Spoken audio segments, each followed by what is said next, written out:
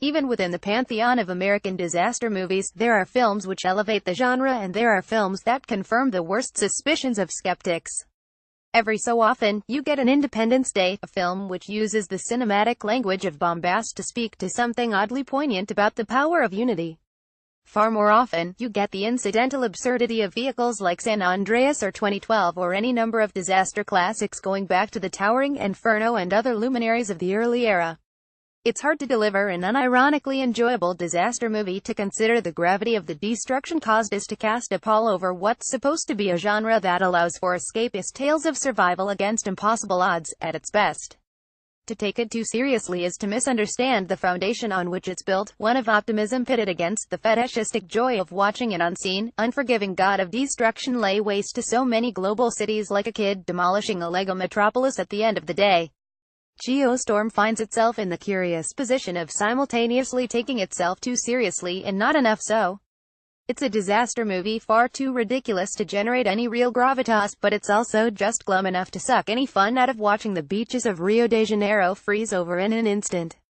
Despite positioning itself as the disaster movie to end all others, a tale of a storm so chaotic that it would irreparably alter the topography of Earth as we know it, Geostorm makes the critical error of sacrificing that sense of play, leaving it in a position where the only lasting takeaways are that the accents are bad, the filmmaking is worse, and the missed opportunity the film represents may be its most egregious failure of all.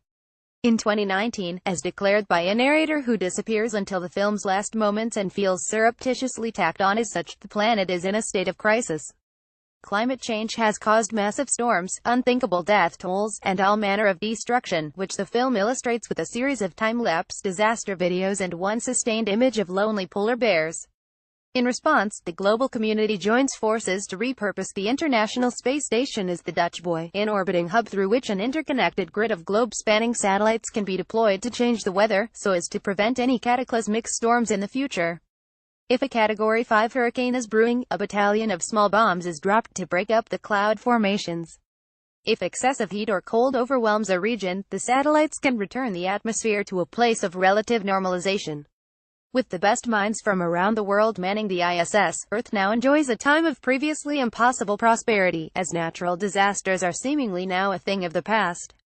The peace only lasts until a military unit in Afghanistan discovers a village in the middle of desert, killed off instantly by a freak ice storm.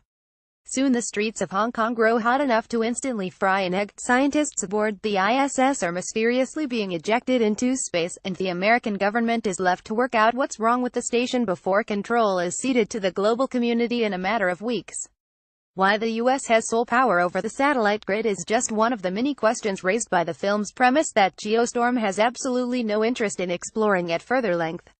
A more darkly playful film could have run for miles with a premise that essentially lends the filmmaker carte blanche to wreak any kind of havoc on the planet that a nutty Hollywood screenplay could dream up, but mega-producer Dean Devlin in his directorial debut, sadly enough, stops far short. Long stretches of Geostorm omit any kind of weather-based chaos at all in favor of chasing after its many and interesting human protagonists, sidelining the main event promised by the title in favor of attempting to earn investment in paper-thin character types. See if you can piece together exactly where the film goes from those types alone. Jake Lawson Gerard Butler is the mind behind Dutch Boy, a brilliant scientist whose only downfall is his incorrigibly roguish demeanor. After being kicked out of his own space station for insubordination, he's left estranged from his brother Max Jim Sturgis, a high-ranking government official who oversees Dutch Boy in his stead. When the malfunctions begin, Max is told by President Palma Andy Garcia to find one man, who he can control, to quietly repair the station before the international handoff takes place and the nation at large is embarrassed. Before long, Max's best-laid plans come undone, and he's left to rely on the help of the Secretary of State, Ahmed Harris, and his clandestine Secret Service fiancée Sarah Abby Cornish to help Max unearth Dutch Boy's secrets before the planet is overwhelmed by the titular cataclysm. The beats are familiar enough. Max and Jake have to repair their estranged relationship.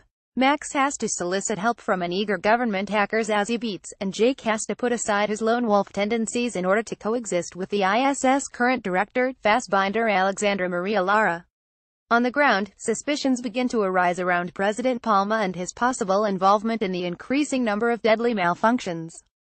Jake's ragtag pan-ethnic crew cracks excruciating jokes while attempting to help him undo the damage before it's too late.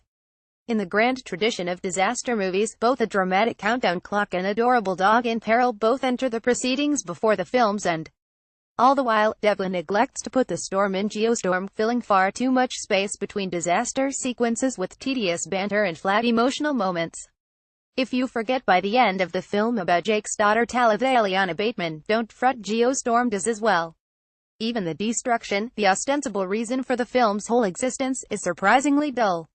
Devlin helms the disaster sequences with a remarkable lack of panache, fusing a derivative assemblage of massive tidal waves and tornadoes with some strikingly poor CG.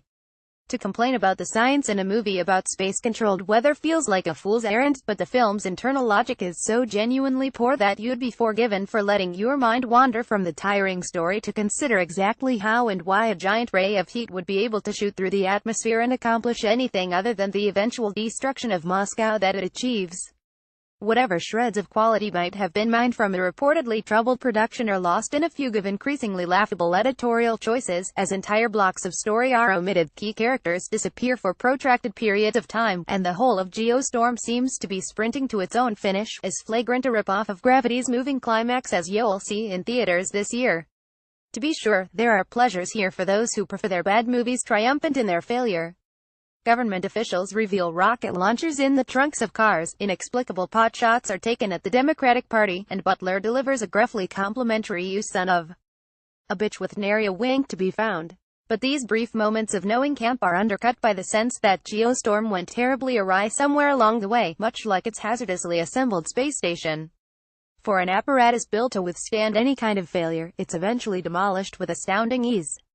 Devlin's debut aims high, but instead sees him deliver the poorest Mons rendition of a Roland Emmerich film possible, and given that Devlin cut his teeth on features like Independence Day, it's almost impressive how little he seems to have picked up on his own. Geostorm will offer the bits of campy fun that some will desire most from it, but as a disaster movie, is an almost entirely unmitigated fiasco. Trailer.